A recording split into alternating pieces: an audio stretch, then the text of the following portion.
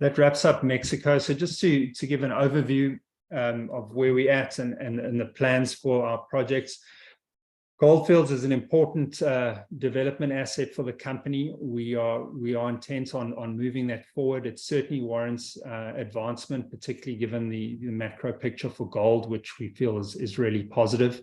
We've obviously been talking to various people about the best avenues to move this project forward, and I assure you being really active on that front to work out how we can take it through pre-feas and into feasibility. Part of it is obviously looking to protect shareholders and minimize dilution, but we are looking to get a PFS started and then move that into feasibility next year. So at the moment, it's really looking for those right avenues and talking to people about possible partnerships or sale of or potential sale of the asset. So really looking to move that along, and it remains an important project for us.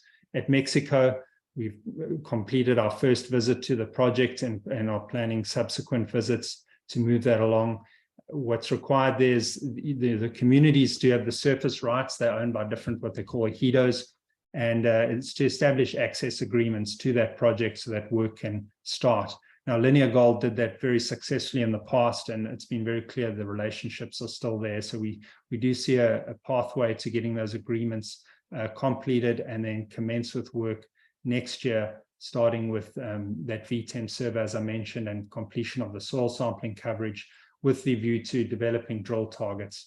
Of course, partnership would remain an opportunity there for us, not to say if something would happen, but that type of project in that setting, that type of potential with the infrastructure, the major companies are certainly looking for these types of projects against the copper macro backdrop, and so there always is potential to bring in a partner if that's the right decision for shareholders, to move that along with less dilution to our shareholders. And then not forgetting Strike and Mermac, we did have some really promising results from our initial round of drilling.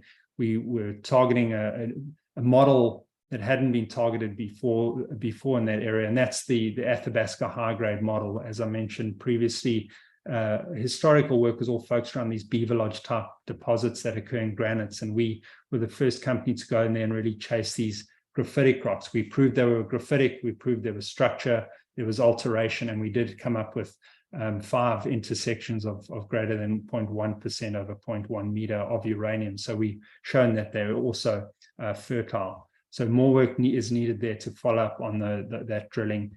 And the plan is, as a company, we're not looking to advance that immediately ourselves.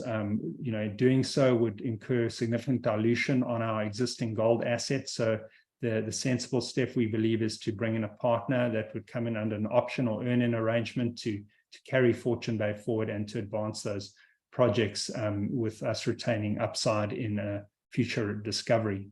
And we, as an explorer, we're certainly on the lookout for new assets. We believe we've got a good pipeline, as shown here, from Goldfields to being at more advanced Mexico and then the uranium, but obviously looking for opportunities with a gold focus. Lower cost acquisitions in stable jurisdictions would be the priority for us.